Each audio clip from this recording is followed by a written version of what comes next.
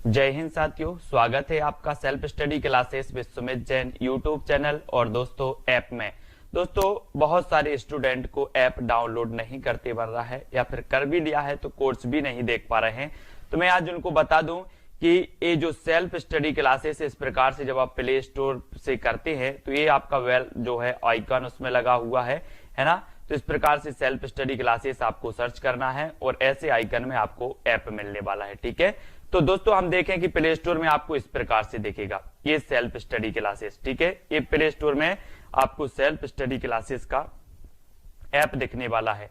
ठीक है, ये इमेज उसमें डली है, ये आइकन, ये लोगो उसमें डला है। ठीक है, अब दोस्तों इसको इंस्टॉल करना है, यहां से आप इंस्टॉल करेंगे। ठीक है, अब इंस्टॉल करेंगे तो वहां पर आपको नंबर मांगेगा, जीमेल नंबर मांगेगा, तो आपको ओटीपी आएगा, तो आप रजिस्टर करके आगे बढ़ेंगे। जय हिंद साथियों, स्वागत है आपका सेल्फ स्टडी क्लासेस ऐप में और दोस्तों यूट्यूब चैनल में। दोस्तों अगर अभी तक आपने सेल्फ स्टडी क्लासेस का ऐप डाउनलोड नहीं किया तो आज ही सेल्फ स्टडी क्लासेस का ऐप जरूर डाउनलोड करें। ठीक है, हिंदी साहित्य का संपूर्ण कोर्स लॉन्च किया गया दोस्तों सेल्फ स्टडी क्लासेस ऐप में। आप मास्टर कैडर एग्जाम की तैयारी कर रहे हैं, टीजीटी, पीजीटी, जूनियर टेट या हिंदी साहित्य से संबंधित किसी भी एग्जाम की तैयारी कर रहे हैं तो सेल्फ स्टडी क्लासेस ऐप आपके लिए दोस्तों बहुत ही बढ़िया ट्रिकी कोर्स लॉन्च किया गया है। विस्तृत अध्ययन जहां पर आपको टॉपिक वाइज टेस्ट और लाइव क्लासेस सारी चीज, डाउट सॉल्यूशन सब कुछ मिलता है, तो जरूर डाउनलोड करें। और दोस्तों आज हम डाउट से जो क्लियर की क्लास लेकर आते हैं, इसी प्रकार से आज हमारी ये 6वीं क्लास है, इसको हम देखते हैं। आपसे पूछा जाता है ढोला मारूरा दोहा के रचनाकार कौन है। ढोला मारूरा दोहा के रचनाकार कौन है। अब दोस्तों ये डाउट्स नंबर 1, यहां पर आपकी दो चीजें मिलती हैं, एक तो कल्लोल कवि और दूसरा कौशल लाभ। ठीक है, अब दोस्तों क्वेश्चन में आपसे जब पूछा जाता है तो एक ही आता है, या तो कौशल लाभ विकल्प में देगा या कल्लोल कवि देगा। ऐसा क्यों? ऐसा इसलिए है कि सबसे पहले जो मूल रचना थी ढोला मारूरा दोहा वो कल्लोल कवि की थी, लेकिन दोस्तों बाद में कौशल लाभ ने इसमें और भी दोस्तों छंद जोड़े, है ना, कुछ पद और जोड़ दिए इस ढोला मारूरा दोहा में, तो ढोला मारूरा दोहा के रचनाकार कौशल लाभ को माना जाने लगा। लेकिन क्वेश्चन पूछा जाता है तो अपन को उत्तर कैसे लगाना? विकल्प अनुसार, क्योंकि ढोला मारूरा दोहा के रचनाकार कल्लोल कवि भी सही है और कौशल लाभ भी सही है। विकल्प अनुसार अपन को उत्तर कल्लोल कवि और कौशल लाभ लगाना, दोनों एक साथ विकल्प में कभी नहीं आएगा। ठीक है, तो ये डाउट्स नंबर 1 आपका क्लियर। दूसरा क्वेश्चन है दोस्तों, आप यहां पर कलम का जादूगर किसे कहा जाता है, यहां से क्वेश्चन आते हैं और दोस्तों कंफ्यूजन यहां से होता है भयंकर, है ना।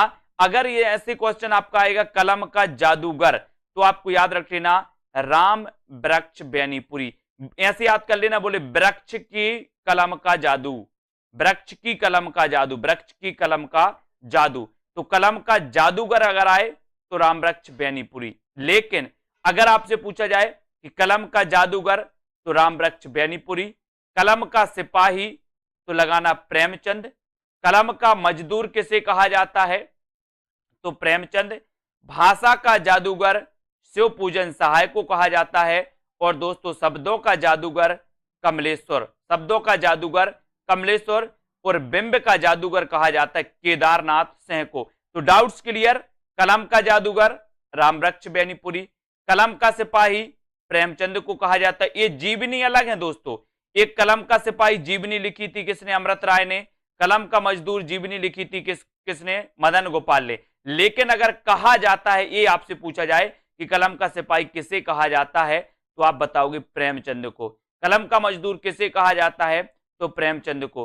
भाषा का जादूगर किसे कहा जाता तो शिव पूजन सहाय, शब्दों का जादूगर किसे कहा जाता तो कमलेश्वर, बिंब का जादूगर केदारनाथ सिंह। ठीक है, तो इनको दोस्तों अपन को पढ़ना है, इनको याद करना है।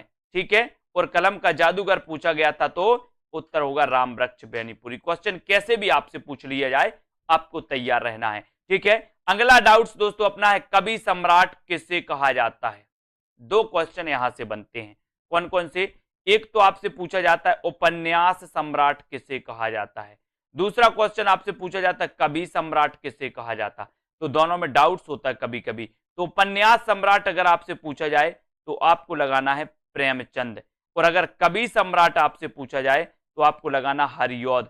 हरिऔध ने दोस्तों नागरिक प्रचारिणी सभा में निःशुल्क सेवाएं दी थी, इसलिए वहां से इनको कवि सम्राट की उपाधि मिली थी। तो कवि सम्राट हरिऔध और उपन्यास सम्राट प्रेमचंद। बोले हरि चाहे तो कवि को सम्राट बना दें, हरि चाहे तो कवि को सम्राट बना दें, तो हरि से हरिऔध और कवि सम्राट हरिऔध, है ना, उपन्यास सम्राट प्रेमचंद। Doubts clear? अगला देखो, यहां पर आते छायावाद का प्रवर्तक किसे माना जाता है। यहां भी बहुत सारे लोगों को डाउट्स है। कैसे? सबसे पहले तो क्वेश्चन नॉर्मल पूछा जाता है। कुछ लोगों की मन में धारणा है उत्तर मुकुटधर पांडे। यहां पर मुकुटधर पांडे नहीं होगा। अगर क्वेश्चन ऐसा आता है कि छायावाद का प्रवर्तक किसे माना जाता है, तो आपका राइट आंसर हो जाएगा जयशंकर प्रसाद। अगर आपसे पूछा जाता है कि रामचंद्र शुक्ल ने छायावाद का प्रवर्तक किसे माना, तब आपका 100% उत्तर होगा मुकुटधर पांडे। अगर आपसे क्वेश्चन पूछा जाता है कि नंद दुलारी वाजपेयी ने छायावाद का प्रवर्तक किसे माना, तब आपका 100% उत्तर होगा पंत को। लेकिन नॉर्मल क्वेश्चन अगर पूछा जाता कि छायावाद का प्रवर्तक किसे माना जाता, तब आपका उत्तर होगा जयशंकर प्रसाद। ठीक है। और अगर आपसे पूछा जाता है कि ईला चंद्र जोशी ने छायावाद का प्रवर्तक किसे माना, तब आपका उत्तर भी होगा क्या? जयशंकर प्रसाद। तो यहां पर 4 विकल्प, 4 प्रश्न आपके बन जाते। रामचंद्र शुक्ल ने किसे माना? मुकुटधर पांडे।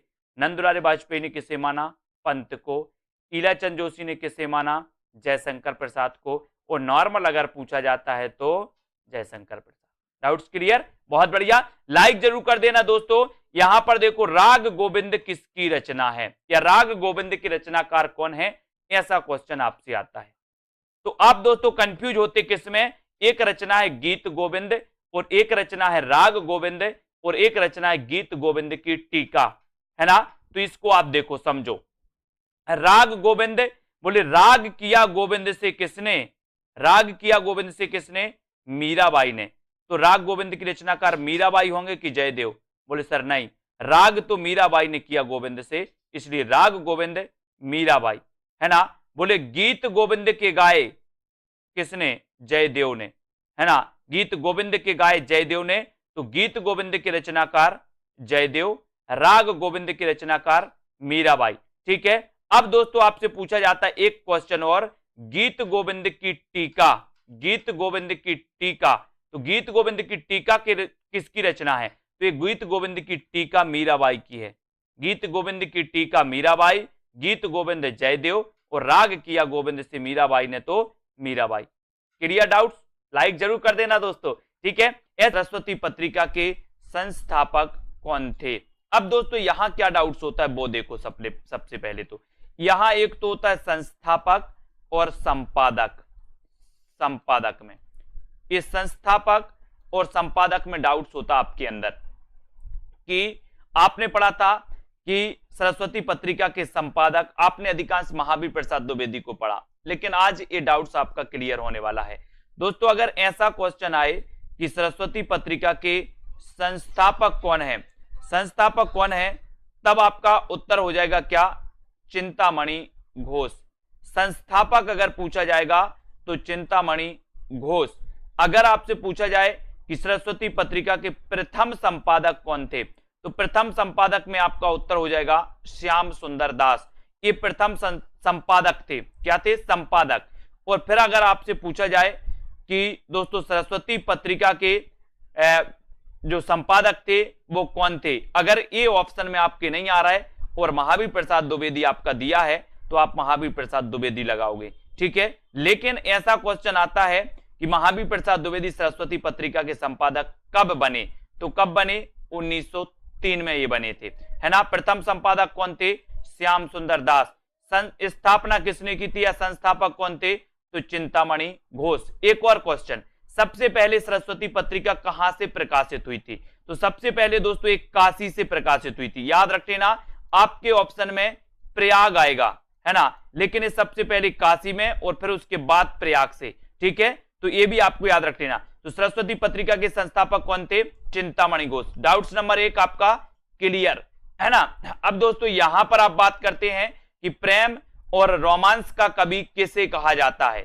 डाउट्स नंबर 2, यहां पर कैसे?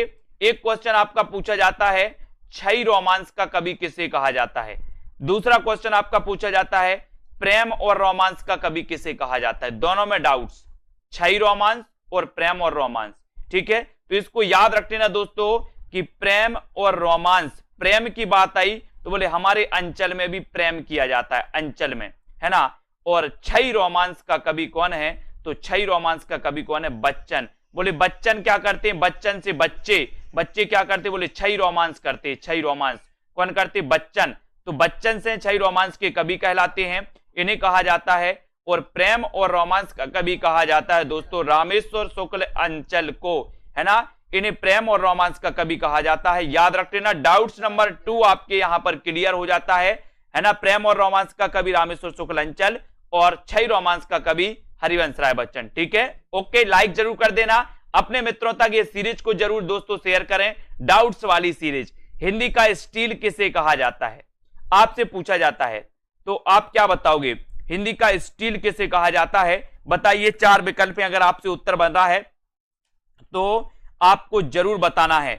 यहां से 2 क्वेश्चन आते दोस्तों, एक तो आता है एडिशन, हिंदी का एडिशन किसे कहा जाता है, और एक आता है हिंदी का स्टील किसे कहा जाता है, दोनों में कंफ्यूजन होता है। तो आपको कैसे याद रखना, हिंदी का स्टील, बोले सर हम स्टील के क्या लगवाएंगे, बाल लगवाएंगे, अपने जो बाल होते ना बाल स्टील के लगवाएंगे, काहे के स्टील के। तो अब आपसे कभी भी पूछा जाएगा कि हिंदी के स्टील किसे कहा जाता, तो स्टील से आपको याद आ जाएगा कि हम स्टील के बाल लगवाएंगे, तो बाल कृष्ण भट्ट को हिंदी का स्टील कहा जाता है। हिंदी का माउंटेन भी इन्हें कहा जाता है दोस्तों, बालकृष्ण भट्ट को, ठीक है। अब फिर आएगा आपका हिंदी का एडिशन किसे कहा जाता है, तो एडिशन कहा जाता है किसे, प्रताप नारायण मिश्र को। यहां पर आया सन, और सन का बोले सर बहुत प्रताप होता है, एक सन माने सूर्य, एक सन माने पुत्र, दोनों ही का प्रताप होता है, सूर्य का भी होता है और पुत्र का भी बहुत प्रताप होता है ना। तो एडिशन किसे कहा जाता, प्रताप नारायण मिश्र को, और स्टील किसे कहा जाता, बालकृष्ण भट्ट को। भूलना नहीं है, दोनों क्वेश्चन आते हैं, ठीक है। भारतेंदु प्रगेंदु, भारतेंदु प्रगेंदु किसे कहा जाता है, क्वेश्चन आपके लिए। अब यहां पर डाउट्स कैसा बनता है, यहां पर दोस्तों भारतेंदु आ जाता है, भारतेंदु, तो लोग क्या लगा देते हैं, भारतेंदु लगा देते हैं, आओ देखा ना ताओ, और लगा दिया भारतेंदु, नहीं लगाना। भारतेंदु प्रगेंदु कहा जाता है दोस्तों नाथूराम शर्मा शंकर को, है ना। ये डाउट्स आपको दूर करना है, भारतेंदु प्रगेंदु कहा जाता है किसे, नाथूराम शर्मा शंकर को। ये कुछ लोग लगा देते हैं भारतेंदु, जिन्होंने नहीं पढ़ा, अब आपने पढ़ दिया तो लगाना नहीं है। भारतेंदु प्रगेंदु की जो उपाधि है वो नाथूराम शर्मा शंकर की है ना। अगला डाउट्स देख लेते हैं, अगला डाउट से दोस्तों 20वीं सदी का बाणभट्ट किसे कहा जाता है, 20वीं सदी का बाणभट्ट। तो ये तो नॉर्मल क्वेश्चन है, सभी से बनेगा, 20वीं सदी का बाणभट्ट किसे कहा जाता है, तो आपको पता है दोस्तों वो किसे कहा जाता है, हजारी प्रसाद द्विवेदी को। नॉर्मल क्वेश्चन रखा गया आपके लिए, ठीक है। तो 20वीं सदी का बाणभट्ट आपसे पूछा जाएगा तो हजारी प्रसाद द्विवेदी। आपको पता है दोस्तों हजारी प्रसाद द्विवेदी की हिंदी साहित्य का आदिकाल, हिंदी साहित्य का उद्भव और विकास, है ना, हिंदी साहित्य की भूमिका, इन्होंने 3 बहुत ही श्रेष्ठ ग्रंथ लिखे। कबीर नामक दोस्तों इन्होंने ग्रंथ भी लिखा, एक रचना की इन्होंने कबीर नामक, है ना। ये सारी की सारी चीजें आपको याद करनी है और इसी प्रकार से बने रहना डाउट्स वाली क्लास में। तो श्रृंगार काल किसने कहा, अब यहां से 2 क्वेश्चन पूछे जाते दोस्तों, कंफ्यूज होते लोग कि श्रृंगार काल मिश्र बंधु ने कहा या दोस्तों विश्वनाथ ने कहा, है ना, विश्वनाथ प्रसाद ने कहा। यहां पर आपको कंफ्यूजन होता है, ये विश्वनाथ, ठीक है। तो आपका यहां पर दोस्तों याद रख लेना है कि रीति काल को जो श्रृंगार काल कहा वो किसने कहा, विश्वनाथ प्रसाद ने। यानी कि ये नंबर जो है वो बिल्कुल सही है, क्योंकि श्रृंगार तो विश्व के लोग करते हैं, विश्व के लोग करते हैं, तो विश्वनाथ प्रसाद क्या बोलेंगे, रीति काल को श्रृंगार काल कहेंगे, है ना। फिर आपसे एक क्वेश्चन और आता है कि रीति काल को अलंकृत काल किसने कहा, तो यहां पर डाउट्स आपका रहता है और क्वेश्चन पूछा भी जाता है। तो अलंकृत काल किसने कहा, मिश्र बंधुओं ने, अलंकृत काल कहा है मिश्र बंधुओं ने, और दोस्तों श्रृंगार काल कहा है विश्वनाथ प्रसाद ने, ठीक है। तो डाउट्स आपका क्लियर हो गया। अब दोस्तों बात करते हैं अगले प्रश्न की, रीति काल का प्रवर्तक किसे माना जाता है। एक नॉर्मल क्वेश्चन आपसे पूछा जाता है तो आप कंफ्यूज होते, क्योंकि आपको पता है रीति काल का प्रवर्तक रामचंद्र शुक्ल ने किसे माना, चिंतामणि को। श्याम सुंदर दास ने किसे माना, केशव दास को। डॉक्टर नगेंद्र ने किसे माना, केशव दास को, है ना। और कालक्रम की दृष्टि से अगर देखें तो कौन होंगे, कृपाराम, ठीक है। तो आपसे देखो कितने प्रकार से क्वेश्चन पूछे जाएंगे। सबसे पहले क्वेश्चन पूछा जाएगा रीति काल का प्रवर्तक किसे माना जाता, तो आपको उत्तर लगा देना है केशवदास। ठीक है, फिर आपसे पूछा जाएगा डॉक्टर नगिन ने रीतिकाल का प्रवर्तक किसे माना, उत्तर लगा देना केशवदास। फिर आपसे पूछा जाएगा श्याम सुंदर दास ने रीतिकाल का प्रवर्तक किसे माना, तो उत्तर लगा देना केशवदास। लेकिन आपसे पूछा जाएगा कि रामचंद्र शुक्ल ने रीतिकाल का प्रवर्तक किसे माना, तो आपका उत्तर हो जाएगा क्या, चिंतामणि। आपका उत्तर चेंज हो जाएगा, चिंतामणि सही होगा। लेकिन अगर आपसे पूछा जाएगा कि कालक्रम की दृष्टि से रीतिकाल के प्रवर्तक कौन माने जाते हैं, तो उत्तर हो जाएगा कौन दोस्तों, कृपाराम। कृपाराम। ठीक है, तो यहां पर आपके 3-4 प्रश्न रहते हैं जिसमें आप हमेशा दोस्तों क्या कंफ्यूज होते रहते हैं। Clear doubts. अगला क्वेश्चन, अगला क्वेश्चन है दोस्तों, हिंदी साहित्य का प्रथम बड़ा महाकाव्य कौन सा है, कौन सा है, ये क्वेश्चन आता है। तो आप कंफ्यूज नहीं होना, प्रथम जो बड़ा महाकाव्य है वो बड़ा महाकाव्य है दोस्तों पद्मावत। आपसे क्वेश्चन आता है कि हिंदी का प्रथम महाकाव्य कौन सा है, उत्तर होता है पृथ्वीराज रासो। लेकिन आपसे क्वेश्चन आता है कि हिंदी का प्रथम प्रमाणिक महाकाव्य कौन सा है, तो पद्मावत। हिंदी का प्रथम बड़ा महाकाव्य कौन सा है, तो पद्मावत, है ना। खड़ी बोली का प्रथम महाकाव्य कौन सा है, तो प्रिय प्रवास, है ना। ये भी आपको याद रख लेना। तो यहां से याद रख लेना दोस्तों, हिंदी का प्रथम महाकाव्य पृथ्वीराज रासो, रचनाकार चंद्रवरदाई। हिंदी का प्रथम प्रमाणिक महाकाव्य पद्मावत, रचनाकार जायसी, है ना। हिंदी खड़ी बोली का प्रथम महाकाव्य प्रिय प्रवास, रचनाकार हरिऔध, हरिऔध। ठीक है, ये भी आपको याद रख लेना। यहां से आपके जो क्वेश्चन है वो क्या हो जाती है, क्लियर। ये डाउट्स वाले प्रश्न आपसे पूछे जाते हैं। अगला क्वेश्चन, अनित्य किसकी रचना है, अनित्य रचना बताना है दोस्तों। तो यहां पर आपको बताना है कि अनित्य के रचनाकार कौन है। तो यहां पर दो लोगों की रचना है दोस्तों अनित्य, है ना। तो एक तो बदी उज्जमा की और एक मृदुला गर्ग की। तो यहां पर आपको याद रख लेना कि जो बदी उज्जमा है इनकी अनित्य क्या है, कहानी। इनकी अनित्य क्या है, कहानी। जबकि मृदुला गर्ग का ये क्या है, उपन्यास है। तो अगर आपसे नॉर्मल क्वेश्चन पूछा जाए कि अनित्य किसकी रचना है, तो दो में से आपको कोई एक विकल्प मिलेगा। आपसे पूछा जाए अनित्य कहानी के रचनाकार कौन है, तो आपका उत्तर हो जाएगा बदी उज्जमा। अनित्य अनित्य उपन्यास की रचनाकार कौन है, तो आपका उत्तर हो जाएगा मृदुला गर्ग। ठीक है, ये आपको याद रख लेना। बदी उज्जमा की अनित्य कहानी है, मृदुला गर्ग की अनित्य ये क्या है, उपन्यास है। ठीक है, अगला क्वेश्चन देख लेते हैं दोस्तों, पीली आंधी उपन्यास किसका है। अगर इस प्रकार से क्वेश्चन आपका आता है पीली आंधी उपन्यास, तो मैंने कई बार आपको बताया, बोले सर जब सरसों फूलता है खेतों में, खेतन में जब सरसों फूलता है तो ऐसा लगता है मानो पीली आंधी आ गई हो। कहां पे, खेतन में। खेतन में तो खेतान, पीली आंधी कहां आती, बोले सर खेतन में। तो पीली आंधी उपन्यास किसका होगा, खेतन का, प्रभा खेतान का। लेकिन एक क्वेश्चन और आता है दोस्तों, काली आंधी। काली आंधी किसका उपन्यास है, तो काली आंधी कमलेश्वर, का से काली और का से कमलेश्वर। याद रख लेना, कंफ्यूज नहीं होना।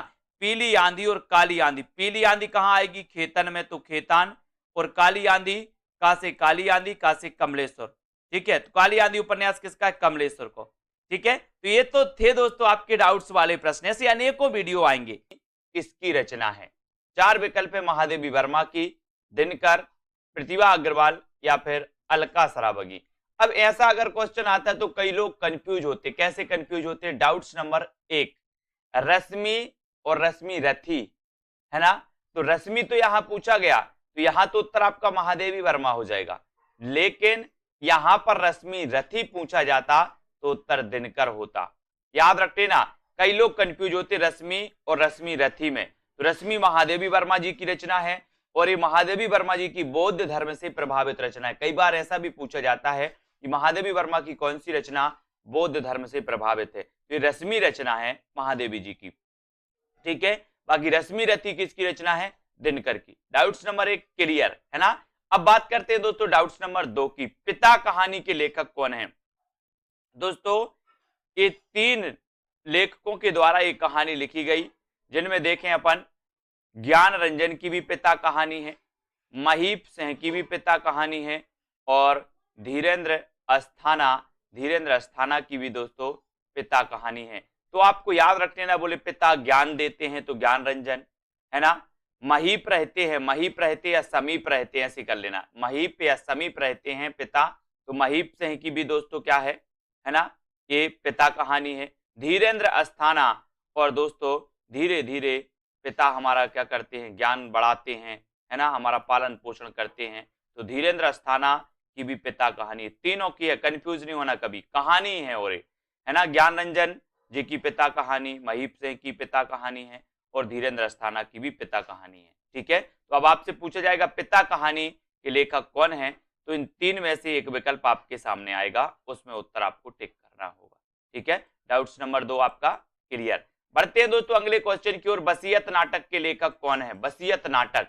अब यहां भी दोस्तों डाउट्स आपके लिए होता है, क्योंकि ये जो वसीयत नाटक है, ये वसीयत नाटक दो लेखकों का है, एक तो भगवती चरण वर्मा और दूसरे नाग बोडस। ठीक है, तो आपसे जब पूछा जाएगा कि वसीयत नाटक के लेखक कौन है, तो ये या तो भगवती चरण वर्मा आपके ऑप्शन में होगा या फिर नाग बोडस आपके ऑप्शन में होगा। ठीक है, दोनों ऑप्शन में नहीं आएगा। आपको याद रख लेना कि वसीयत नाटक के लेखक कौन है, भगवती चरण वर्मा और नाग बोडस। बोले नाग की वसीयत भगवती को सौंप दी। नाग की वसीयत किसको सौंप दी? भगवती को। तो नाग बोडस और भगवती चरण वर्मा दोनों का नाटक है वसीयत। ठीक है, तो डाउट्स नंबर 3 क्लियर है ना। अगला क्वेश्चन है दोस्तों, अगला जो अपना डाउट्स है, तीसरा हाथी नाटक के लेखक कौन है?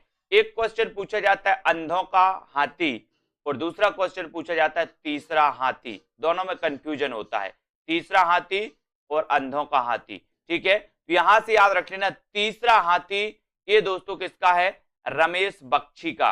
ये रमेश बख्शी का नाटक है, जबकि अंधों का हाथी जो नाटक है वो शरद जोशी का है। अब याद रख लेना, बोले अंधों का हाथी जोश में आ गया, अंधों का हाथी काय में आ गया? जोश में आ गया, है ना। और तीसरा हाथी है, बोले रमेश बख्शी का ये तीसरा हाथी है ना। एक हाथी, दो हाथी, तीसरा हाथी, तो रमेश बख्शी का तीसरा हाथी है। ठीक है, शरद जोशी अंधों का हाथी। ठीक है, तो क्लियर। डाउट्स नंबर आपसे पूछा जाएगा तीसरा हाथी के रचनाकार कौन है, तो आप उत्तर लगा देना रमेश बख्शी। आपसे पूछा जाएगा अंधों का हाथी की रचनाकार कौन है, तो आप उत्तर लगाना शरद जोशी। ठीक है, बात कर लेते हैं दोस्तों, और एक और है दोस्तों पागल हाथी। पागल हाथी एक लघु कथा है प्रेमचंद जी की, पागल हाथी। ठीक है, तो पागल हाथी को भी आपको याद रख लेना। अब एक क्वेश्चन और पूछा जाता है दोस्तों, डाउट्स नंबर 5, अभिमान मेरू किसे कहा जाता है? कई बार पूछा गया। अब दोस्तों यहां पर एक तो मेरू आ गया, मेरू, तो बहुत सारे लोग क्या लगा देते हैं? मेरू तुंग लगा देते हैं, लेकिन ऐसा नहीं करना। अभिमान मेरू, पुष्पदंत ने स्वयं को अभिमान मेरू कहा था, है ना। पुष्पदंत ने स्वयं को क्या कहा था? अभिमान मेरू कहा था। तो अभिमान मेरू कहा जाता है पुष्पदंत को, है ना। अपभ्रंश का भवभूति कहा जाता है पुष्पदंत को, याद रख लेना। इनकी एक रचना आपने पढ़ी होगी दोस्तों, महापुराण दोस्तों, जिसमें 63 सलाका पुरुषों का वर्णन किया गया है।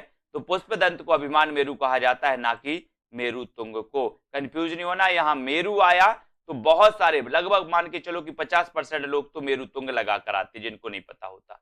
ठीक है, तो दोस्तों इसी प्रकार से उत्तरार्ध भक्तमाल के रचनाकार कौन है? अब दोस्तों यहां पर देखो कितने डाउट्स होते हैं।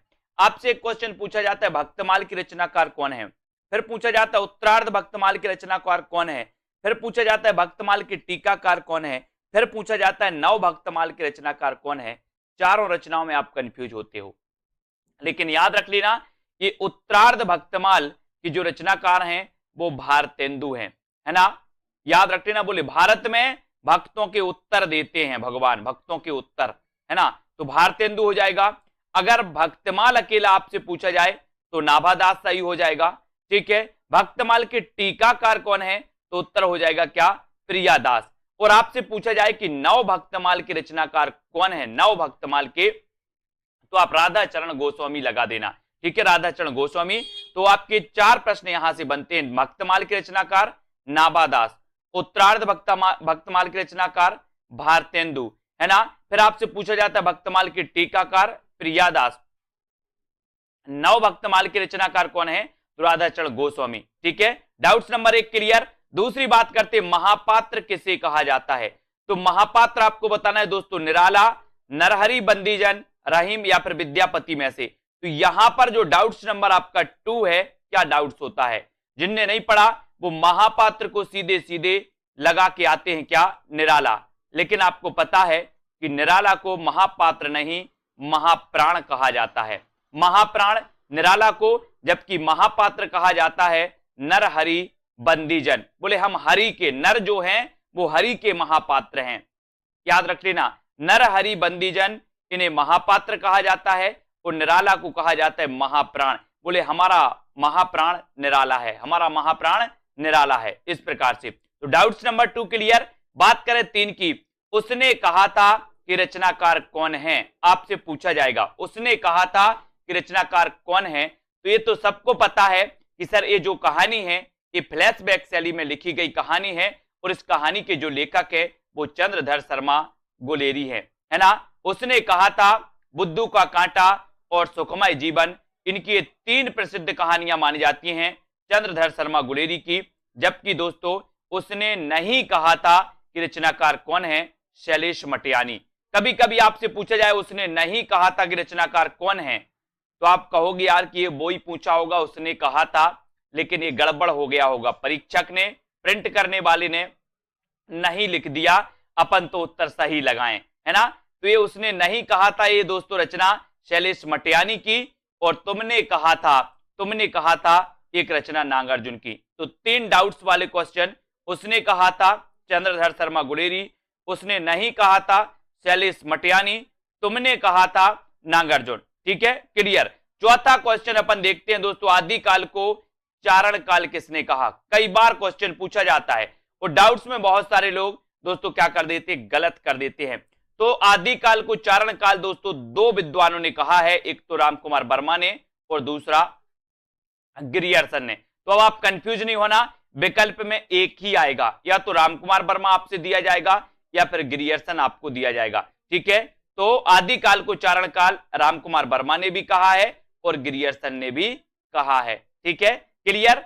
आगे देखते हैं दोस्तों, चरणों में गिरे, बोले राम के चरणों में गिरे, तो राम से रामकुमार वर्मा और गिरे से गिरियर्सन, दोनों ने कहा है चारण काल, आदिकाल को। ठीक है, डाउट्स नंबर 5, जो सबसे खतरनाक क्वेश्चन है दोस्तों, है ना, ये क्वेश्चन सबसे खतरनाक है। स्वर्ण युग और स्वर्ण काल, लोग बहुत कंफ्यूज होते हैं, हम भी कंफ्यूज हो जाते हैं, है ना।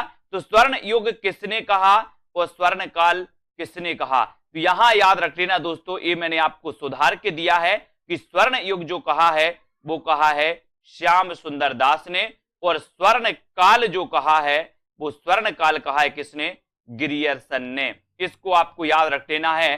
बोले स्वर्ण के काल में गिरे, स्वर्ण के काल में गिरे, ऐसे याद रख लेना आपको। स्वर्ण के काल में गिरे, तो गिरे से बनेगा गिरियर्सन स्वर्ण काल, और श्याम सुंदर स्वर्ण युग, है ना। बोले श्याम सुंदर का जो युग था वो श्याम सुंदर युग था, स्वर्ण युग था। श्याम सुंदर का युग कैसा था, सुंदर युग था। ठीक है, तो स्वर्ण युग कौन कहेगा, श्याम सुंदर दास। और क्या, स्वर्ण के काल में गिरे, स्वर्ण के काल में गिरे तो गिरियर्सन। ये डाउट्स वाला क्वेश्चन दोस्तों मैंने ये सुधार के आपको दिया है, ये वीडियो इसको देख लेना और सुधार लेना, ये बिल्कुल सही है। ठीक है, स्वर्ण युग किसने कहा, श्याम सुंदर दास ने, और स्वर्ण काल किसने कहा, गिरियर्सन ने। ठीक, आपसे एक प्रश्न पूछा जाता है कि उर्वशी के रचनाकार कौन है। डाउट्स नंबर 1, उर्वशी के रचनाकार कौन है। तब आपके मन में एक डाउट्स रहता है कि ये तो दिनकर की रचना है। ठीक है, एक डाउट्स रहता है, लेकिन दोस्तों आपको पता है कि एक रचना जयशंकर प्रसाद की भी उर्वशी है। ठीक है, यहां पर दोनों विकल्प आपको दिए गए हैं। ठीक है, आपके विकल्प में ऐसे दोनों विकल्प नहीं दिए जाएंगे, जब आपका प्रश्न परीक्षा में पूछा जाएगा एक ही विकल्प आएगा। तो यहां पर डाउट्स में नहीं रहना, आपको क्या करना है, यहां पर अगर दिनकर ऑप्शन में आता है तो आप दिनकर लगाइए, और जयशंकर प्रसाद आता है तो जयशंकर प्रसाद लगाइए, क्योंकि उर्वशी की रचना दोस्तों जयशंकर प्रसाद ने सबसे पहले की थी, फिर बाद में की थी दिनकर ने। और दिनकर को एक रचना के लिए दोस्तों क्या मिला था, उर्वशी के लिए ज्ञानपीठ पुरस्कार भी इन्हें मिला था। कब मिला था, 1972 में। ठीक है, तो ये चीज आपको याद रख लेना, यानी कि उर्वशी रचना इन दोनों रचनाकारों की भी, मतलब उर्वशी नाम से इन दोनों की रचना है। ठीक है, डाउट्स नंबर 1 आपका क्लियर। डाउट्स नंबर 2 देखते हैं दोस्तों, हिंदी का पाणिनि किसे कहा जाता है, हिंदी का पाणिनि किसे कहा जाता है। अब दोस्तों यहां पर क्या डाउट्स रहता है आपका, सबसे पहले आपसे पूछा जाता है हिंदी का पाणिनि, और आप आंखें बंद करके लगाते कामता प्रसाद गुरु। ठीक है, जबकि क्वेश्चन ऐसा नहीं है। हिंदी का पाणिनि आपसे पूछा है अगर, तो आपको लगाना किशोरी दास वाजपेयी। अगर हिंदी का पाणिनि आपसे पूछा है तब आपका उत्तर होगा किशोरी दास वाजपेयी। लेकिन अगर यहां पर आपसे पूछा कि हिंदी व्याकरण का पाणिनि, अगर आपसे हिंदी व्याकरण का पाणिनि पूछा है तो आप क्या लगाओगे, कामता प्रसाद गुरु। तो दो क्वेश्चन यहां से आपके डाउट्स वाले क्लियर हो जाते हैं। क्या क्या हो जाते हैं, आपसे नॉर्मल क्वेश्चन आएगा कि हिंदी का पाणिनि किसे कहा जाता, तो आप क्या लगाओगे, किशोरी दास वाजपेयी। अगर आपसे पूछा जाए हिंदी व्याकरण का पाणिनि किसे कहा जाता, तो आप लगाओगे कामता प्रसाद गुरु, है ना। फिर आपसे अगर पूछा जाएगा दोस्तों कि प्राकृत का पाणिनि किसे कहा जाता, तो आपका उत्तर हो जाएगा हेमचंद्र, आपको पता होगा। ठीक है, तो इस प्रकार से क्वेश्चन आते हैं। तो डाउट्स नंबर 2 आपका यहां पर क्लियर होता है। बात कर लेते डाउट्स नंबर 3 की। प्रयोगवाद शब्द का सबसे पहले प्रयोग किसने किया। अब यहां पर क्या डाउट्स रहता है दोस्तों, ये डाउट्स रहता है कि प्रयोगवाद का जब प्रवर्तन या प्रयोगवाद के जब प्रवर्तक अज्ञेय माने जाते हैं, तो प्रयोगवाद शब्द का सबसे पहले प्रयोग भी किसने किया होगा, अज्ञेय ने। ऐसा आप मान बैठते अगर आपने नहीं पढ़ा तो, लेकिन आपको पता होनी चाहिए कि प्रयोगवाद शब्द का सबसे पहले प्रयोग किया था किसने, नंद दुलारी वाजपेयी ने। सबसे पहले प्रयोग किया था इस प्रयोगवाद का किसने, नंद दुलारी वाजपेयी ने। लेकिन अगर यहां क्वेश्चन पूछा जाता है कि प्रयोगवाद के प्रवर्तक कौन है, तो आप लगाओगे क्या, अज्ञेय। प्रयोगवाद के प्रवर्तक कौन है, तो अज्ञेय। प्रयोगवाद शब्द का सबसे पहले प्रयोग किसने किया, तो आप लगाओगे नंद दुलारी वाजपेयी। ठीक है, तो डाउट्स नंबर 3 आपका यहां से क्लियर हो जाता है। बात करते हैं दोस्तों डाउट्स नंबर 4 की। एक राष्ट्रीय आत्मा नाम से किसे जाना जाता है। अब ऐसा अगर क्वेश्चन आपसे पूछा जाए तो आप कंफ्यूज हो जाते हो और आप आंखें बंद करके लगा देते माखनलाल चतुर्वेदी, लेकिन क्वेश्चन ऐसा नहीं है, है ना। क्वेश्चन क्या बोला, एक राष्ट्रीय आत्मा। तो राष्ट्रीय आत्मा अगर आपसे पूछा जाता तो आपका उत्तर होगा राजा राम शुक्ल, है ना।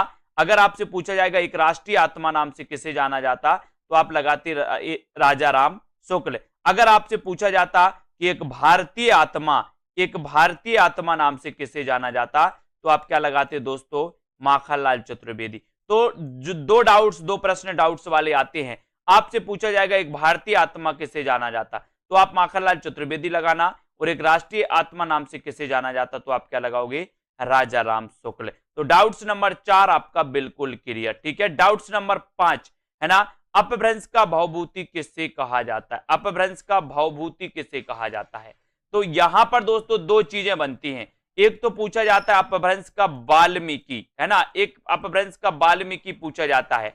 तो अपभ्रंश का वाल्मीकि और अपभ्रंश का भवभूति, यहां पर आपको कंफ्यूज हो जाता है कि अपभ्रंश का वाल्मीकि किसे कहा जाता है, अपभ्रंश का भवभूति किसे कहा जाता। तो याद रख लेना, अपभ्रंश का भवभूति कहा जाता है दोस्तों पुष्पदंत को। अब हमें काय की भभूति लगाना है, बोले सर हम पुष्प की भभूति लगाएंगे, है ना। तो आपसे पूछा जाएगा अपभ्रंश का भवभूति किससे कहा जाता, तो आप उत्तर लगाओगे पुष्पदंत। लेकिन अगर आपसे पूछा जाए कि अपभ्रंश का वाल्मीकि किसे कहा जाता, तो आप क्या लगाओगे, स्वयंभू, है ना। बोले हम तो स्वयं वाल्मीकि हैं, स्वयं वाल्मीकि, तो स्वयं से स्वयंभू और वाल्मीकि से वाल्मीकि। तो अब कबीर की भाषा को साधुक्कड़ी भाषा किसने कहा। यहां पर दोस्तों बहुत सारा डाउट्स रहता है। डाउट्स कैसा रहता है, दो क्वेश्चन पूछे जाते हैं। एक तो पूछा जाता है कि कबीर की भाषा को पंचमेल खिचड़ी किसने कहा, और दूसरा पूछा जाता है कबीर की भाषा को साधुक्कड़ी किसने कहा, है ना। तो और दोस्तों कबीर को वाणी का डिक्टेटर किसने कहा, तीसरा क्वेश्चन। इन तीन में डाउट्स रहते हैं। अब इस डाउट्स को अब आज हम क्लियर करते हैं। डाउट्स नंबर अपना फर्स्ट यही है कि कबीर की भाषा को साधुक्कड़ी किसने कहा। तो तब ऐसा अगर पूछा जाए साधुक्कड़ी किसने कहा, तो आपको लगाना रामचंद्र शुक्ल, है ना। और अगर आपसे पूछा जाए कि कबीर की भाषा को पंचमेल खिचड़ी किसने कहा, तो पंचमेल खिचड़ी किसने कहा, श्याम सुंदर दास ने। अब बोले सर इसको कैसे याद रखेंगे, तो आपको पता है जब पंचमेल खिचड़ी बनेगी तो वो खराब बनेगी या फिर सुंदर बनेगी। बोले सर बहुत ही सुंदर पंचमेल खिचड़ी बनी, सुंदर बनेगी ना पंचमेल, तो श्याम सुंदर पंचमेल कहेंगे और रामचंद्र शुक्ल क्या कहेंगे, साधुक्कड़ी कहेंगे, है ना। ये आपको याद रख लेना। अब आपने देखा होगा राम वनवास गए थे साधु के भेष में गए थे ना, तो साधुक्कड़ी कौन कहेगा, राम से रामचंद्र शुक्ल। पंचमेल खिचड़ी कौन कहेगा, श्याम सुंदर दास, है ना। वाणी का डिक्टेटर किसे कहा जाए, हजारी प्रसाद द्विवेदी, है ना, हजारी प्रसाद द्विवेदी ने वाणी का डिक्टेटर कहा। तो डाउट्स नंबर 1 आपका यहाँ पर क्लियर होता है, ठीक है। डाउट्स नंबर 2 की बात करें, अर्धनारीश्वर के रचनाकार कौन है? 4 विकल्प है, दिनकर, विष्णु प्रभाकर, धर्मवीर भारती और रामविलास शर्मा। अब यहां पर दोस्तों कंफ्यूजन वाला सिस्टम रहता है। अर्धनारीश्वर की रचनाकार कौन है, ये आपसे पूछा जाता है, तो आपको यहां पर याद रख लेना दोस्तों कि अर्धनारीश्वर एक तो दिनकर की भी रचना है और दूसरा विष्णु प्रभाकर की भी रचना है। लेकिन आपको कैसे याद रख लेना दोस्तों, दिनकर का ये क्या है, निबंध है। दिनकर का ये क्या है, अर्धनारीश्वर निबंध है, जबकि विष्णु प्रभाकर का ये क्या है दोस्तों, उपन्यास है, ठीक है। इसको अपन को याद रख लेना है, दिनकर का क्या है, निबंध, विष्णु प्रभाकर का क्या है, उपन्यास। तो अर्धनारीश्वर दोस्तों इस प्रकार से अगर रचना पूछी जाएगी, अर्धनारीश्वर की रचनाकार कौन है, तो ये दोनों नहीं दिया जाएगा, किसी में से दोनों में से एक दिया जाएगा, ठीक है। अगर आपसे पूछा जाएगा कि अर्धनारीश्वर निबंध की रचनाकार कौन है, तब अगर दोनों भी दिया जाएगा तो आपको उत्तर लगाना है दिनकर। आपसे पूछा जाएगा अर्धनारीश्वर उपन्यास की रचनाकार कौन है, दोनों भी दिया जाएगा तो आपको क्या लगाना है दोस्तों, विष्णु प्रभाकर। तो विष्णु प्रभाकर का अर्धनारीश्वर क्या है, उपन्यास, और दिनकर जी का क्या है, निबंध, ठीक है। तो ये डाउट्स नंबर 2 आपका क्या होता है, क्लियर होता है, ठीक है। अब दोस्तों यहां पर आते त्रिशंकु के रचनाकार कौन है। ये त्रिशंकु कई बार रचना पूछी गई दोस्तों। त्रिशंकु के रचनाकार कौन माने जाते हैं, तो त्रिशंकु देखो तीनों की रचना है दोस्तों, अज्ञेय की भी रचना है, ब्रजमोहन सिंह की भी रचना है और मन्नू भंडारी की रचना भी त्रिशंकु है। अब आप लोग पढ़ते कि सर त्रिशंकु रचना आती है, कभी आप मन्नू भंडारी बता देते हो, कभी अज्ञेय बता देते हो, लेकिन आज का जो डाउट है वो आपका आज क्लियर होना चाहिए, है ना। अज्ञेय जी का त्रिशंकु क्या है, निबंध है। अज्ञेय जी का त्रिशंकु क्या है दोस्तों, निबंध है, ठीक है। ब्रजमोहन सिंह का त्रिशंकु क्या है, नाटक है, नाटक है, ठीक है। मन्नू भंडारी का त्रिशंकु क्या है, कथा संग्रह या कहानी संग्रह है, ठीक है।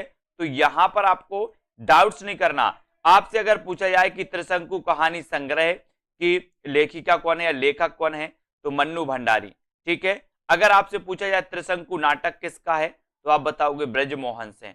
त्रिशंकु दोस्तों निबंध किसका है, तो आप क्या बताओगे, अज्ञेय जी का। और नॉर्मल क्वेश्चन अगर पूछा जाए कि त्रिशंकु की रचनाकार कौन है, तो 3 में से विकल्प में एक आपके विकल्प में दिया जाएगा, या तो अज्ञेय होगा या ब्रजमोहन सिंह या मन्नू भंडारी। इन 3 में से एक आपके विकल्प में होगा, तीनों कभी नहीं होगा, ठीक है। तो त्रिशंकु निबंध किसका, अज्ञेय। त्रिशंकु नाटक ब्रजमोहन सिंह, है ना। त्रिशंकु दोस्तों कहानी संग्रह मन्नू भंडारी, ठीक है। तो डाउट्स नंबर दोस्तों अपना ये क्लियर होता है ना। सभी का डाउट्स इसी प्रकार से दोस्तों कई वीडियो आने वाले हैं डाउट्स वाले, जिनको अपन क्लियर करेंगे। अगला क्वेश्चन आपका बनता है कि हिंदी का ऐतिहासिक उपन्यासकार प्रथम है ना, प्रथम ऐतिहासिक उपन्यासकार कौन माना जाता है, प्रथम, ठीक है। तो प्रथम ऐतिहासिक उपन्यासकार कौन माने जाते हैं, तब यहां आपका डाउट्स रहता है वृंदावन लाल वर्मा में और किशोरीलाल गोस्वामी में, है ना। जबकि दोस्तों आपको पता है हिंदी के प्रथम ऐतिहासिक उपन्यासकार जो माने जाते हैं वो किशोरीलाल गोस्वामी माने जाते हैं।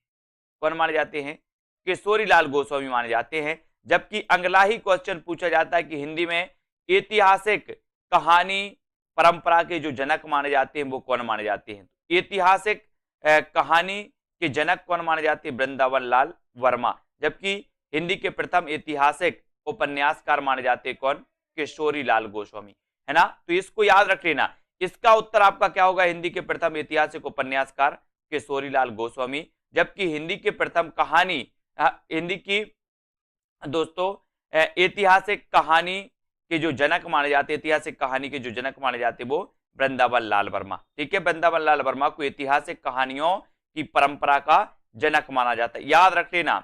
ऐतिहासिक कहानियों की परंपरा का जनक वृंदावन लाल वर्मा, ऐतिहासिक दोस्तों उपन्यास की परंपरा का जनक किशोरीलाल गोस्वामी, या हिंदी के प्रथम ऐतिहासिक उपन्यासकार जो माने जाते वो किशोरीलाल गोस्वामी। तो डाउट्स आपका यहां पर क्लियर होता है दोनों का, ठीक है। अब दोस्तों हम आगे बात करेंगे अगले प्रश्न पर।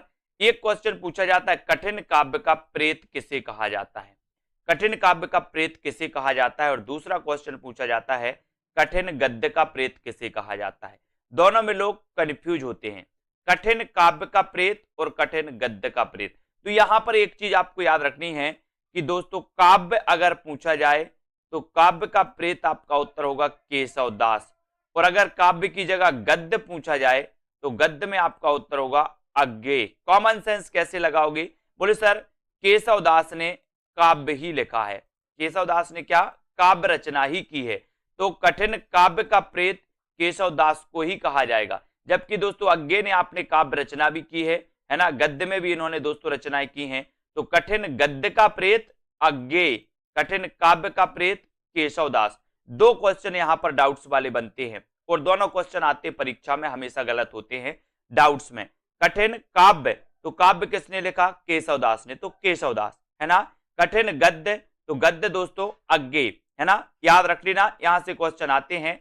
और केशव दास रीति काल के प्रवर्तक माने जाते हैं। आपको पता है डॉक्टर नगेंद्र आदि विद्वानों ने केशव दास को ही रीति काल का प्रवर्तक माना। अगर यहां से भी क्वेश्चन आता है रीति काल का प्रवर्तक किसे माना जाता है, नॉर्मल अगर क्वेश्चन पूछा जाता है तो उत्तर होता है केशव दास है ना। अगर पूछा जाता है आचार्य रामचंद्र शुक्ल ने रीति काल का प्रवर्तक किसे माना, तो आपका उत्तर हो जाता है चिंतामणि है ना। अगर आपसे पूछा जाता है दोस्तों कि नगेंद्र ने रीति काल का प्रवर्तक किसे माना, तब आपका उत्तर होता है केशव दास है ना। तो अपना कि सन्यासी किसकी रचना है, सन्यासी किसकी रचना है। अब दोस्तों यहां पर आपको क्या है कंफ्यूज होता है अगर इस प्रकार से क्वेश्चन पूछा जाता है, क्योंकि आपको पता है कि ईलाचंद जोशी की भी रचना है, लक्ष्मी नारायण मिश्र की भी रचना है, लेकिन इसकी विधा क्या है वो देखना है अपन को।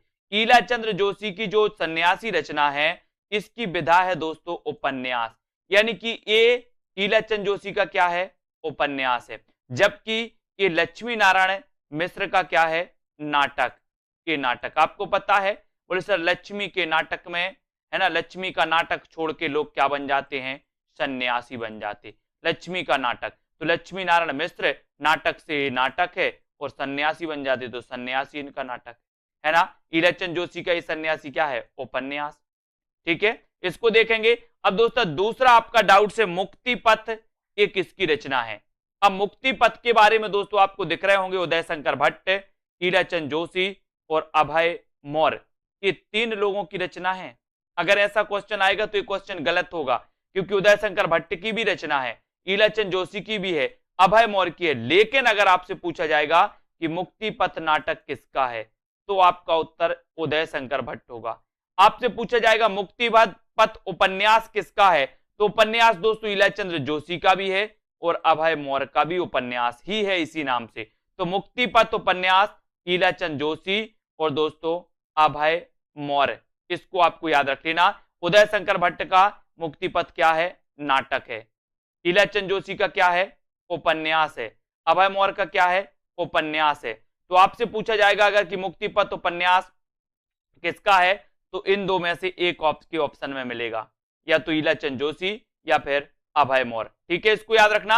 अब दोस्तों पंचवटी प्रसंग, पंचवटी प्रसंग किसकी रचना है। एक रचना आती है दोस्तों पंचवटी, एक आती है पंचवटी और एक रचना पूछी जाती पंचवटी प्रसंग, ठीक है। तो पंचवटी ये तो आपको पता है कि पंचवटी ये जो रचना है ये क्या है दोस्तों खंड काव्य मैथिली शरण गुप्त का।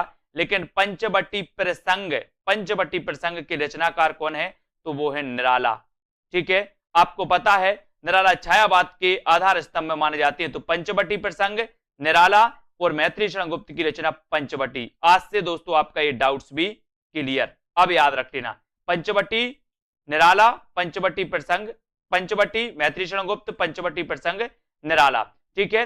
फिर यहां पर बात करते वापसी किसकी रचना है, वापसी। तो वापसी के बारे में दोस्तों आपने कई बार पढ़ा होगा, ऊषा प्रियंवदा, ये तो सबको पता है कि वापसी ऊषा प्रियंवदा की क्या है कहानी है। लेकिन अगर आपसे पूछा जाए कि वापसी एकांकी किसकी है, तो आपको क्या बताना है, वापसी एकांकी की रचनाकार उदय शंकर भट्ट, वापसी कहानी ऊषा प्रियंवदा, ठीक है, इसको याद रख लेना। और आपसे नॉर्मल पूछा जाए वापसी किसकी रचना है, तो इन दो में से एक ऑप्शन आपको मिलेगा, या तो ऊषा प्रियंवदा या उदय शंकर भट्ट, दोनों एक साथ नहीं मिलेंगे। Doubts clear. इसी प्रकार से दोस्तों आपको बने रहना है, वीडियो को लाइक और शेयर जरूर करना है। आपका अगला डाउट से रस विमर्श किसकी रचना है, रस विमर्श के लेखक कौन है। तो यहां तो सीधा सीधा है दोस्तों, रस विमर्श राममूर्ति त्रिपाठी, रश्मि मानसा रामचंद्र शुक्ल, रस सिद्धांत डॉक्टर नगेंद्र, है ना। कई बार पूछा गया कि डॉक्टर नगेंद्र, इनकी रचना कौन सी है? रस सिद्धांत। रामचंद्र शुक्ल, रश्मिमांसा, है ना। डॉक्टर राममूर्ति त्रिपाठी, रस विमर्श। तो ये भी डाउट्स आपका क्लियर होता है, डाउट्स को भी अपन को क्लियर करना है, ठीक है। स्वच्छंदतावाद शब्द का सबसे पहले प्रयोग किसने किया था? अब देखते हैं दोस्तों, इस प्रश्न में बहुत सारे लोग गलत करके आएंगे, क्योंकि उनको पता है कि स्वच्छंदतावाद के प्रवर्तक तो कौन माने जाते हैं? श्रीधर पाठक। तो श्रीधर पाठक ने ही स्वच्छंदतावाद का सबसे पहले प्रयोग किया होगा, ये ऐसा मानना हो जाता, लेकिन नहीं, डाउट्स क्या है? श्रीधर पाठक स्वच्छंदतावाद के प्रवर्तक हैं, लेकिन स्वच्छंदतावाद शब्द का प्रयोग सबसे पहले किया था मुकुटधर पांडे ने। अपन पढ़ते ना कि छायावाद शब्द का सबसे पहले प्रयोग किसने किया था? मुकुटधर पांडे ने। ऐसे ही स्वच्छंदतावाद शब्द का सबसे पहले प्रयोग भी मुकुटधर पांडे ने ही किया था। और दोस्तों, स्वच्छंदतावाद के प्रवर्तक माने जाते श्रीधर पाठक। इनको आपको याद रख लेना है दोस्तों, ठीक है। इन्हें आपको पता है प्रकृति का उपासक कभी भी कहा जाता है, किसे? श्रीधर पाठक को। एक क्वेश्चन आता है, प्रकृति का सुकुमार कवि किसे कहा जाता है? प्रकृति का चितेरा कवि कैसे कहा जाता है? लोग लगा देते आंखें बंद करके पंत। लेकिन एक क्वेश्चन आता है कि प्रकृति का उपासक कवि किसे कहा जाता है? तब दोस्तों फिर भी लगा देते पंत। अब नहीं लगाना। प्रकृति का उपासक कवि श्रीधर पाठक, स्वच्छंदतावाद का प्रवर्तक श्रीधर पाठक, है ना। स्वच्छंदतावाद शब्द का सबसे पहले प्रयोग किसने किया? मुकुटधर पांडे ने। इन क्वेश्चनों को आपको बहुत अच्छे से पढ़ना है। डाउट्स नंबर 2, फूलों का गुच्छा की रचनाकार कौन है? यहां दोस्तों कैसेट फंस जाती है। फूलों का गुच्छा और फूलों का कुर्ता। एक क्वेश्चन पूछा जाता है, फूलों का कुर्ता ये किसकी रचना है? तो फूलों का गुच्छा रचना किसकी है? भारतेंदु हरिश्चंद्र की। लेकिन यहीं पर आपसे फूलों का कुर्ता पूछ लिया जाता, तब भी आप कंफ्यूज हो जाते। फूलों का कुर्ता यशपाल, और जो फूलों का कुर्ता पहनेगा उसका यश बहुत होगा, बहुत, है ना, यश होगा, तो यशपाल। फूलों का कुर्ता यशपाल, फूलों का गुच्छा भारतेंदु हरिश्चंद्र। इनको अपन को याद रख लेना है। अब दोस्तों ये डाउट्स नंबर अपन 3, हिंदी का प्रथम कवि कौन है? अब यहां भी कई लोग कंफ्यूज हो जाते। अगर आपसे पूछा जाए कि हिंदी का प्रथम कवि कौन है, और प्रथम की जगह कवि पूछ लिया जाता है कि हिंदी का प्रथम महाकवि कौन है, तो क्या होता है? कंफ्यूजन। बोले हिंदी का प्रथम कवि कौन है, तो उत्तर लगाते सरहपा, है ना। लेकिन अगर पूछ लिया जाए कि हिंदी का प्रथम महाकवि कौन है, तो आपको उत्तर लगाना है चंद्रबरदाई, ठीक है। चंद्रबरदाई आपका सही उत्तर होगा। हिंदी का प्रथम महाकवि पूछा तो चंद्रबरदाई, हिंदी का प्रथम कवि पूछा तो सरहपा, ठीक है। और हिंदी का प्रथम कवि स्वयंभू को माना किसने? राम कुमार वर्मा ने। यह भी आपको याद रख लेना, ठीक है। और राहुल सांकृत्यायन ने किसे माना? सरहपा को, ठीक है। अगला डाउट्स, अगला है युगधार की रचनाकार कौन है? युगधार, अब यहां से 2 रचनाएं आती हैं दोस्तों। एक तो पूछी जाती है युगधार और दूसरी पूछी जाती है युगधारा।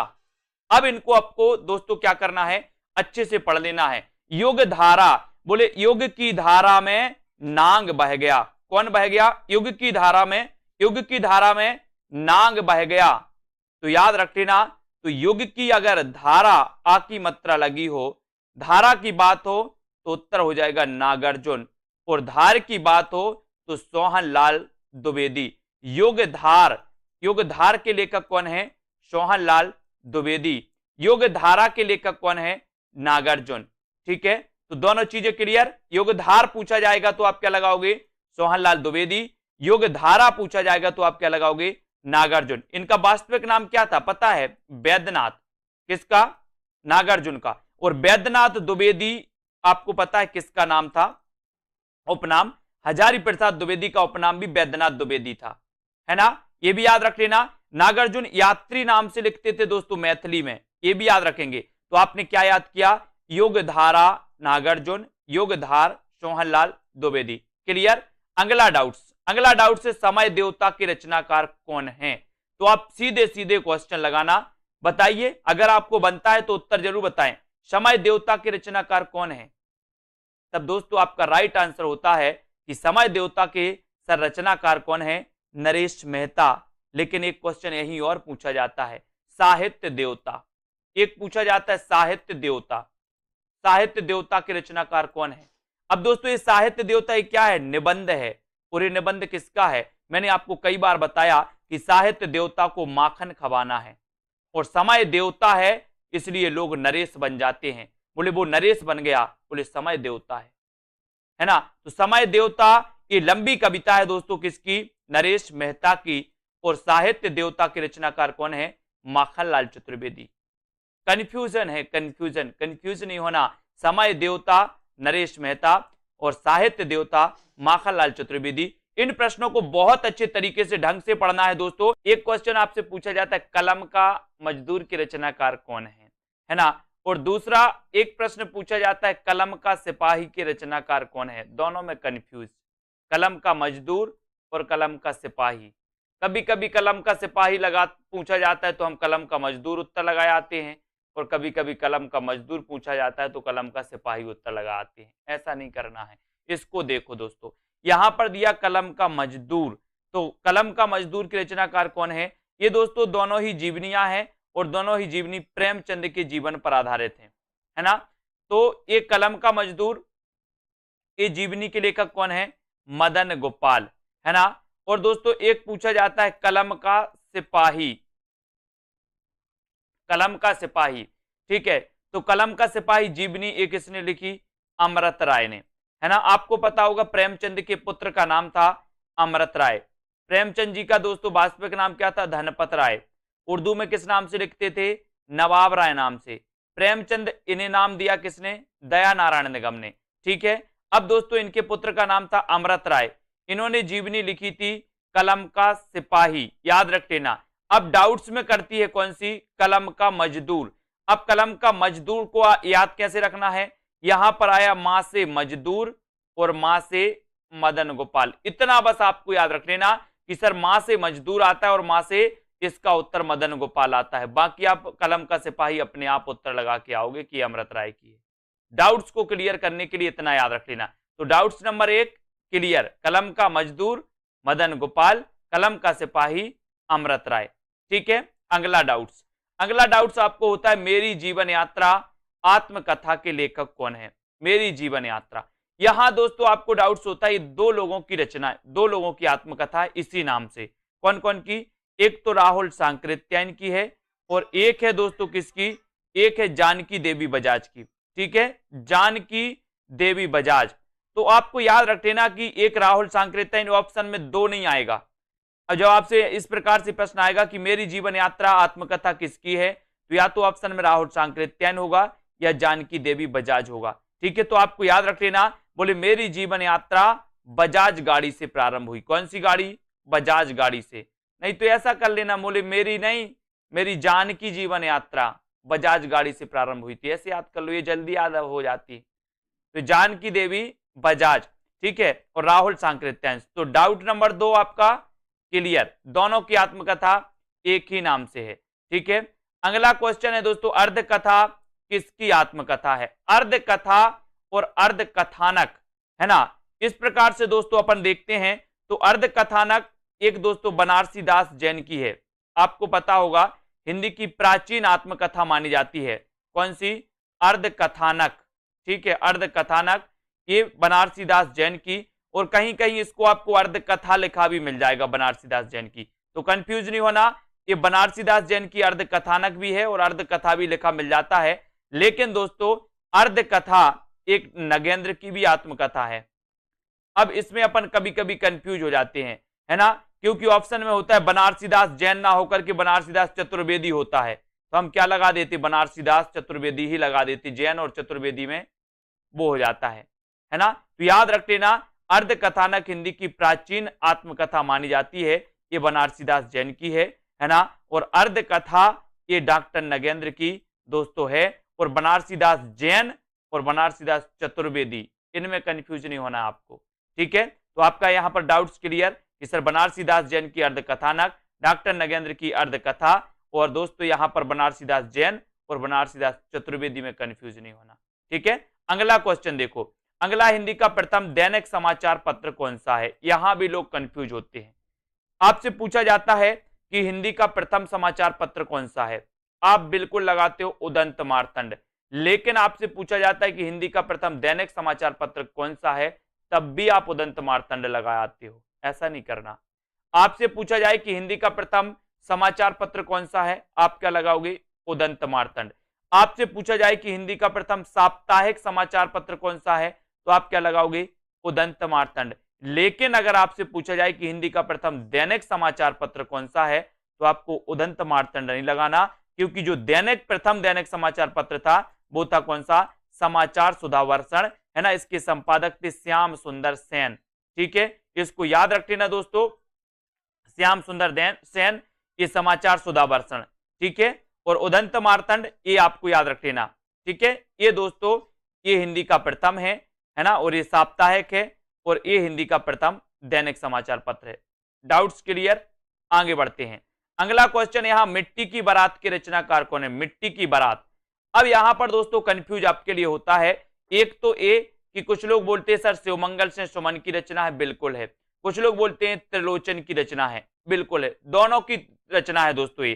ठीक है, आपको याद रख लेना है कि सर ये मिट्टी की बारात जो है ये शिवमंगल से सुमन का कविता संग्रह है ना, जबकि त्रिलोचन की ये क्या है, कविता है।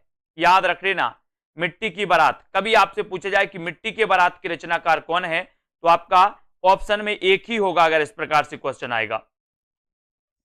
या आपसे पूछा जाएगा कि मिट्टी की बारात कविता संग्रह के रचनाकार कौन है, तब आपका उत्तर शिवमंगल से सुमन होगा, चाहे ऑप्शन में त्रिलोचन भी हो, है ना। या आपसे पूछा जाए मिट्टी की बारात कविता के लेखक कौन है, कविता के कवि कौन है, कविता के रचनाकार कौन है, तो आपका उत्तर हो जाएगा त्रिलोचन। इस प्रकार से दोस्तों आपसे पूछा जाता है, तो मिट्टी की बारात के रचनाकार कौन है, इस प्रकार से अगर क्वेश्चन आएगा तो इन दो में से आपका एक ही ऑप्शन आएगा, क्या तो शिवमंगल से सुमन या फिर त्रिलोचन। ठीक है, क्योंकि ये दोनों की रचना है दोस्तों मिट्टी की बारात। कंफ्यूज दूर, है ना, इस प्रकार से। अब दोस्तों यहां पर अपन रोज ये अपना डाउट सेशन चलता है, डाउट्स अपन क्लियर करते हैं। यहां पर अपन ने हिंदी के प्रथम दैनिक समाचार पत्र को पढ़ा, मिट्टी की बारात को देखा, है ना, और दोस्तों जीवनी देखी अपन ने, कलम का सिपाही, कलम का मजदूर, इनका डाउट्स क्लियर किया। तो ऐसे ही दोस्तों अनेकों वीडियो आने वाले हैं, आपको बस क्या करना है, ऐसा ही सेशन अपना चलता है और बढ़िया से बढ़िया दोस्तों आपको कोर्स कराया जाता है सेल्फ स्टडी क्लासेस ऐप पर। आपको कुछ नहीं करना है, आप दोस्तों अगर हिंदी साहित्य के स्टूडेंट हैं तो सेल्फ स्टडी क्लासेस से आपको जरूर जुड़ना है। आपको self study classes app download करना है, और ऐप डाउनलोड आप कर लेते हो दोस्तों, तो आपको वहां पर हिंदी साहित्य का संपूर्ण कोर्स लॉन्च किया गया, उस कोर्स में एडमिशन ले सकते हो। टीजीटी पीजीटी का मॉडल पेपर लॉन्च किया गया, उसमें आपको लेना तो ले सकते हो।